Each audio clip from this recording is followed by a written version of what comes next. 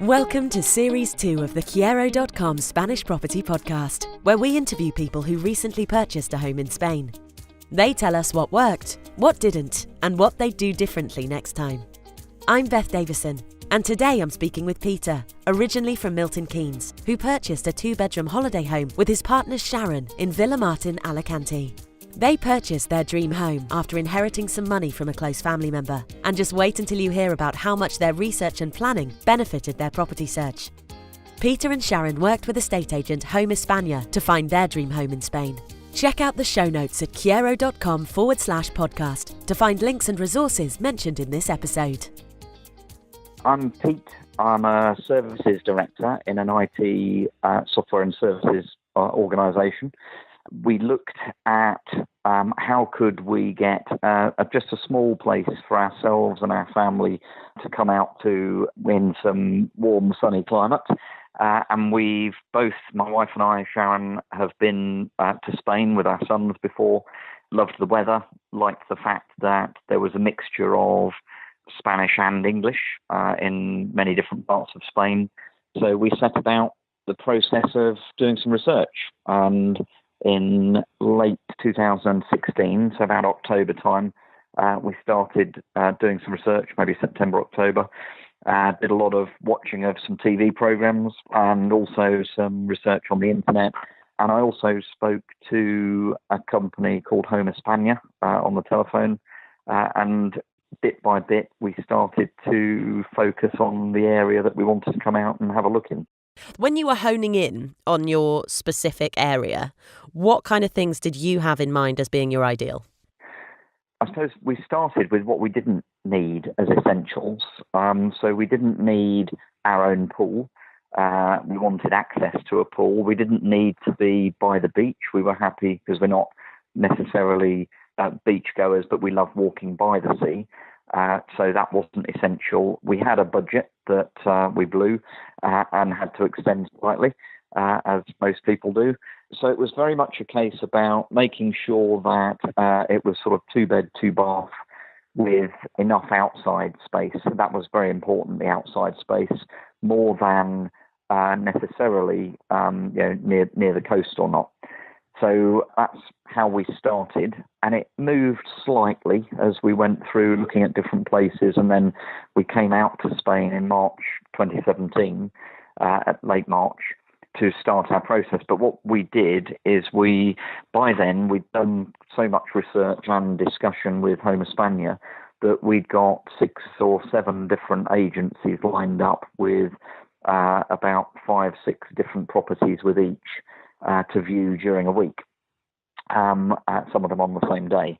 So we'd kind of got our own itinerary. We were driving it ourselves, and with a fairly clear view of what we thought we wanted, until, as always, you get out there and you start looking at property on the inside. It's great TV, works to a degree, but and the internet works to a degree, but you've got to be there and starting to feel what the location is like, as well as what the property is like. So I think once we were out in Spain, we realised that, and one of our must-haves was the ability to walk to local amenities. Whilst we were out there, we got more and more into the feel of actually the location of the property needed to be somewhere that we felt comfortable and that it had a little bit of greenery in and around it. And not just the 2-bed, 2-bath solarium terrace.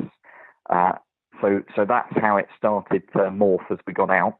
And then quite quickly we realised that for the price range that we had, the properties were, there were a good number of properties, but there were quite a lot of them that were going to be fairly similar. Right, okay. Do you mind me asking what your budget was? No, so we set out initially with 100,000 as the budget. That was all in, including fees. And then we ended up, before we went actually, we ended up deciding that we'd have a range of 100 to 120. Okay, so not a huge increase, but you just decided you needed that little bit kind of extra in your budget to get what you wanted. Yeah, we noticed that prices increased in January 2017 So as we'd set the budget in the latter part of 2016, we saw that some of the ones that we were liking on the internet and on the TV had started to nudge up a bit. So we nudged the budget accordingly. Yeah. And so when you were first kind of presenting all of this to your agent, were they helpful in finding you things that fitted? All of those 6 or 7 that you initially saw, they all fitted what you wanted. It wasn't a kind of goose chase. No, I think, to be fair, all of the agencies, because we'd selected the properties to view right up to the last minute before we flew, and the initial agencies, we didn't see them all in the end, but the initial agencies that we started to see threw in some extras and discounted a couple. Either they discounted because they'd sold, or they discounted because when we got there and we looked at certain areas, we decided that wasn't the area we wanted to be in. So we were able to discount some of the ones we thought would be interesting, just based on some practical, real experience as soon as we got there. Yeah, absolutely. So you walk through the door of the one that ends up being yours. Was it a love at first sight situation? It was for both of us, fun enough. So, the classic situation, the day before we saw this one, we'd seen 2 other properties, one similar and one quite different. And we were pretty much sure it was going to have to be one of those 2. We liked both of them.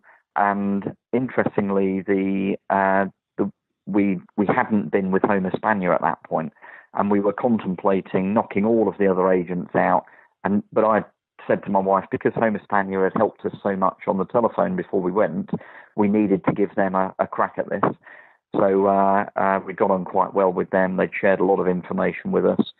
So I phoned up Home España and said, right, we're due to see you Tuesday afternoon. We've pretty much, we've got 2 in the running. We've discounted all the others from Wednesday onwards. So, do give us your best shot. These are the areas we've decided we don't like. These are the areas we've seen that we do like. These are the types of houses. And so the guy was brilliant. Jamie at Home España said, right, I'll knock out all the ones that you sent us on your list, all of them, and I'll show you 2 properties. And the first one he showed us was identical to one of the 2 that we liked, but it was slightly higher price. And the second one was better than the second type of property, Lola, I think it was called, in POW 8, which is the one we bought. And we both just looked at it as soon as we went in, and it was exactly what we wanted. The area was fantastic, gated community, lots of greenery, the classic whitewashed buildings with dark green railings, almost black railings. It had got a solarium, a lovely big front terrace, 2 beds, 2 baths, was white in the interior. Well, the other 2 were the orange pine, and we'd already researched that you can get that repainted, not for too much money, but it still, it was something that we knew we would have to do. And the other 2 had both got kitchens and bathrooms that we'd need to replace, whereas this one had fairly recently had the kitchen as new, the bathroom as new. Everything was there, ready to move straight in. Fantastic, which is sort of what you wanted. You wanted the speedy process. You just needed to find the right place. You weren't looking for a fixer-upper particularly. Correct. Great. And so the process of buying in a foreign country, would you say that you had an easy time of it, a difficult time of it? How would you kind of assess it now that you're on the other side of it all? I'd say Home España made it very easy. The research we'd done helped, because we do tend to put a lot of effort into understanding exactly what's what, where all the fees are going to come from, what the process is. And this was pretty much our entire savings at the time. And we'd inherited, I suppose the sad but nice bit of that story is we'd inherited a small amount of money from my sister passing away in 2015. And we knew she funnily enough had this aim to get away to a foreign country, to a hot island, as she called it. I was going to say, would she approve of what you're doing? Absolutely, and we decided that she always wanted to get away to a sunny place, which was a little bit quiet, to spend some time, and that's effectively what we've got. We've got a place in POW 8 on a gated community of 48 properties, with a lovely shared pool, and our own private space, because the solarium is completely private and secluded, which is lovely. So it's not overlooked by anything or anyone. And so we just felt that actually ticked everything that my sister kind of would have been happy with, and exactly what we were looking for. Great. And are you kind of hoping that people will visit? Is this going to be a long-term plan for you where you get friends and family over regularly? It is very much a long-term plan for us. So we've set it up. My wife's just recently retired. My aim is to retire next year at the end of March. And we want to be able to spend, I suppose, at its peak, half the year there, multiple months in a year there, and very much have family come to visit while we're out there, or immediate close family to go out there when we're not there. Yeah, that sounds lovely. We set out purposely not wanting to rent, so we weren't looking at this as necessarily an investment or an income opportunity. It was very much, I suppose, we wanted to be a little bit greedy and make it ours, and keep it special just for us and the immediate family. Yeah, no, that makes perfect sense. Did you find there were many barriers when it came to language or kind of the legal areas of it and financial areas of it? Because doing all of that in a different language, it seems very intimidating, I think, for people at the start. Not at all, no, because the people we were dealing with spoke English, so they were either English or they spoke English, both in Home España and Sun Lawyers. Home España did a lot of the recommending, so they recommended Sun Lawyers. And the good thing is, because we'd done all of this before we went, we'd also looked up a number of alternative lawyers. We'd looked up Sun Lawyers. So we kind of got comfortable with what Home España were saying to us, and started to build that, I suppose, trust and relationship before we got out there. But once we'd put the offer in and had it accepted, Home España were then just immediately on the case. On the Wednesday, we were lined up with going and setting up the bank account, registering for the NIE. We went to the Sun Lawyers. We went to the notary, so that we could enable Sun Lawyers and the notary to conclude the transaction without us having to go back out for that. So it was all very, very straightforward for us, A, because we'd done the homework, and B, Home España just put everything into action. It was a bit of an army manoeuvre in a way, because it was not regimented in terms of you didn't have a say in it, but it was just extremely well organised. Fantastic. And of course, when you're not over there, when you're back in the UK, you need to have this sense of trust, both in the buying process and now that you've got a property over there. How do you deal with that? So the trust was fantastic, because we spent a good chunk of time with Home España. We even went back in to see the property before we left to come home in that viewing trip at the end of March last year. And in a funny way, what was good was that the garden furniture had been removed. And I know that sounds odd, because we were quite upset about that, because it was bought as seen to include the garden furniture, which was really chunky wicker furniture, which we liked. And so Home España was straight onto the vendors. And apparently the vendor's mother lived in Villamartin, and she'd got confused, because when the daughter phoned her up and said, "We've sold the house," she thought that she could just quickly nip round and have the garden furniture. Oh, no. Okay. Was that sorted? But that all got sorted. And again, it gave you more confidence again that if there was a problem, Home España would just sort it for you. Yeah. The other thing that happened is when we got home, very, very quickly, we were thinking of more things to ask. And so we were emailing Home España, and Amy at Home España was just amazing. Every time we emailed, literally within 24 hours, she would have come back with answers. And and some of this was just, we are quite organised, and we plan fairly well ourselves. So we were thinking about, okay, when we're coming out to get the keys, if there are things that need doing, do we need an electrician's number? Do we need a plumber's number? So we were just asking all these sorts of questions, because Home España, the other reason I like them is that they offer what's effectively a lifetime access after-sales support. service. So you can ask them anything, and they'll do their best to find it out for you. So, we've got a builder's contact, electrician, a plumber, a gas contact, locksmith contact, all these sorts of things that you naturally do yourself when you're at home in your own country. And we've started to build up a nice little inventory, both for ourselves and if the family go out and use it. Yeah, fantastic. Because I think the worry is that after completion, after they've got your money, that you're going to kind of be left high and dry. But it's great that you've maintained all these contacts and that there's a lifetime option there. It was quite important to us, actually, to know that on the other side, you're not completely on your own. And again, it's just part of when you do your research and you find an organisation like Home Hispania that provides that, and they demonstrate it very quickly that it's true. And they do provide all these little extra bits of research for you and information for you. Then, we've even asked them where are the local markets, and they came back with a list of, about 4 or 5 different local markets. Perfect. So it's fantastic to know that you've got access to that. And even when we then went out to collect the keys and we got into the property, apart from them coming round and helping check everything out, and there was one thing that wasn't quite right, and they got that sorted for us before we left on that trip.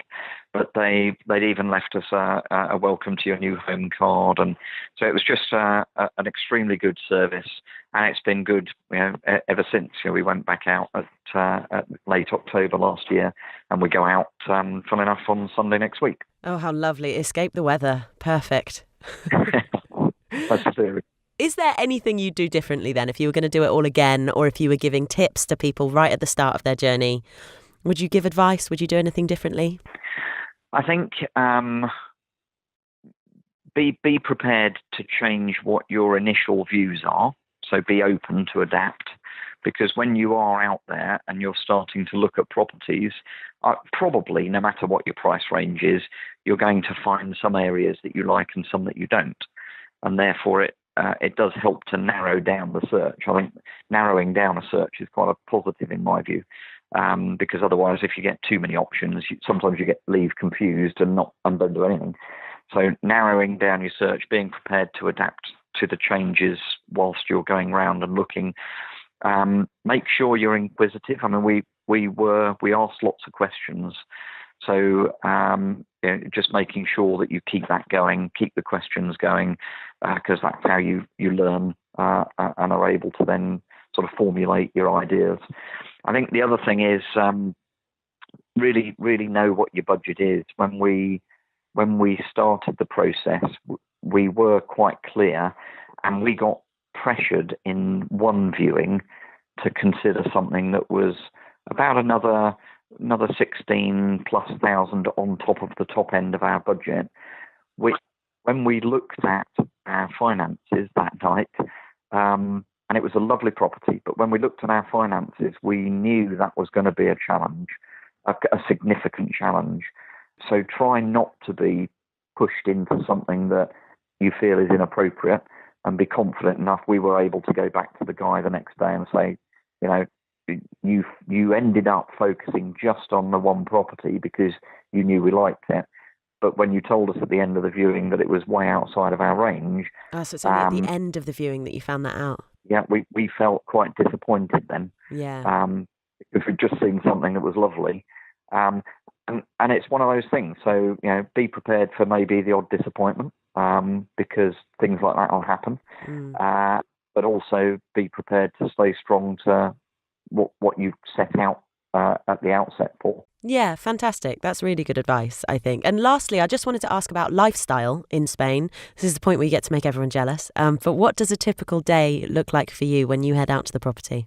So in October, June was our trip when we got the keys and we were sorting everything out. But in October, that's when we really experienced the lifestyle more.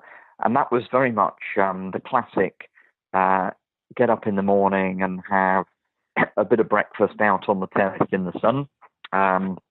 So very, very relaxed start to the day. If there's any pottering about that you're going to do, then we kind of, we would decide, sometimes ad hoc, play it by ear. Sometimes we'd plan to go out because we wanted to get something and do something else in the property. or the terrace. So then you go and have a bit of lunch. Try and get down to the coast because it's quite nice on the coast, and we're only 15-minute drive from the coast. Have a mooch around, just wandering around and stopping in a cafe, having a coffee, come back, get ready, a bit more sunbathing, and then get ready for going out in the evening for some dinner or preparing something. What we'll do on our next trip is we've got the barbecue lined up to be delivered on the day after we get there. We'll get a bit of cement, liquid cement, put that together, and then we've got the extra options of just cooking outside as well, which is part of what we want to do. We want to do quite a lot of outdoor cooking and eating. Yeah, amazing. Well, it all sounds absolutely delightful. I'm very jealous. And the other thing that we want to do is, over time, we want to explore all the areas, not just in and around where we are, but we plan to go up to Denia and maybe get a B&B or a hotel up there for a few nights and do a bit of exploring up there. We've got a friend who's got a property in Almira, so again we'll probably he rents it out, so we'll probably rent his for a period. So if we went out for 3 weeks, we could have a week in Almeria in the middle and have a good old wander around there. But it's really, there's so many different places. It's the start of another journey of exploring and finding lots of nice things to go and look at and do. Absolutely. Well, it sounds like you've got it made. Congratulations. I'm glad that it was such a great process for you. And that's pretty much everything covered from my end. So thank you so much for chatting to me today. You're welcome. And have a lovely time when you go out there next week. Thank you very much. We will. Cheers. Thanks. Thank you for listening. And thanks to Peter for sharing his experience, along with Home España for their help to make this episode possible. I particularly like the sound of that barbecue, and the fact that Peter's sister would wholeheartedly approve of how her brother has spent the inheritance. Don't forget to subscribe to the podcast so you never miss an episode. This podcast is produced by Kyero.com, and our mission is to connect you with estate agents and properties throughout Spain. Whether your dream home is a rustic farmhouse surrounded by olive groves or a lock-up and leave apartment on the seafront, you'll find everything you need at Kyero.com. If you've enjoyed this episode, we'd really appreciate your 5-star rating on iTunes. It helps us reach and connect more people with their dream home in Spain. And whenever you're ready, here are 4 ways we can help you. Ask a question by emailing beth@kyero.com. We'll try and answer them all in an upcoming Q&A episode. Get a location guide also by emailing beth@kyero.com. We'll reply with the latest data and information on the areas you're interested in. Calculate your budget. Simply visit kyero.com/budget, enter 2 numbers, and you're done. Be our guest. If you've already purchased your home in Spain, we would love you to share your story on the podcast. Just email beth@kyero.com and we'll take it from there. Tune in next week when I speak with Martin from Verwood in Dorset. He and his wife Sharon purchased a villa in Montroy, Valencia, and were keen to relocate permanently to a property not only beautiful on the inside, but that also came with a lot of land for their green fingers. I'm Beth Davison, and you've been listening to the Kyero.com Spanish Property Podcast. I'll see you next week.